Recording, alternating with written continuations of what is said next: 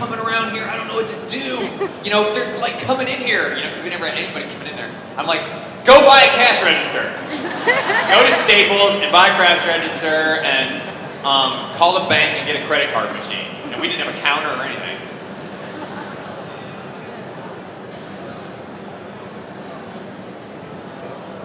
Hey guys, I love the show. I just wanted to see what was the worst thing that's ever happened to you while you were freestyling.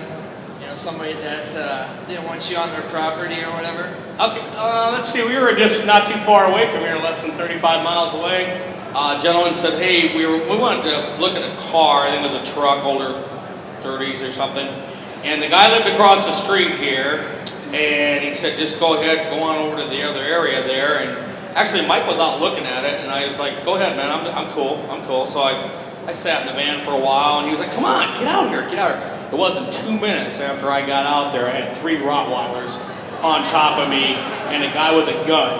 And he had barbecue sauce on his shirt. Yeah, I probably did. I thought I did. So anyway, the guy's got the gun, and we're like, hey, hold up there, guy. I mean, Uncle John right across the street said it was okay here, and he didn't know anything. I mean, these dogs, they're a little intimidating, you know, especially when they're this far away from you.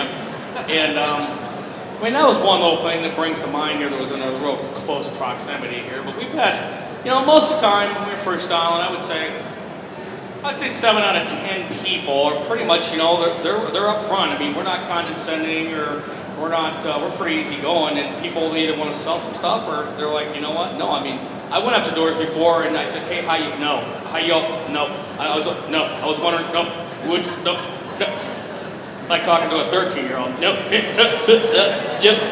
So, you know, you can pretty much tell people. You can tell people that, I guess it'd be like dating, you know. There's either a spark within 15 minutes or there isn't, you know. So I think that's how people are, too. I mean, they're either going to want to sell something or be like, hey, dude, have a nice day. Bye-bye. We've come across unusual situations. Remember that time we saved that guy's life? Oh, yeah. That was fun. This guy had fallen over in the barn, and his wife had him in a wagon. She had got him up onto the wagon, and she was trying to pull him into the house on this wagon, and we drove by.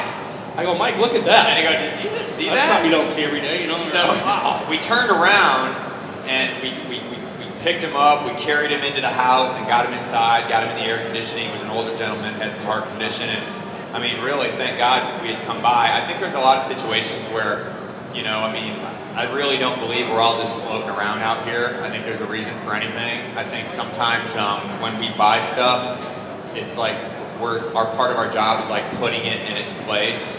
And like when someone forgets about something and it's underneath a bunch of junk and it's dirty and everything, that used to be someone's family heirloom, and then all of a sudden we find it and we bring it back to market and we clean it up a little bit, and now it's someone else's heirloom.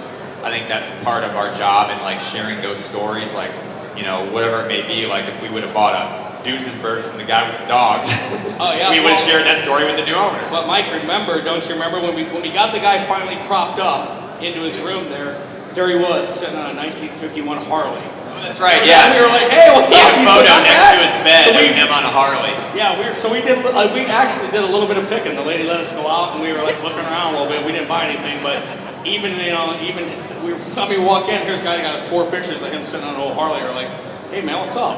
You know?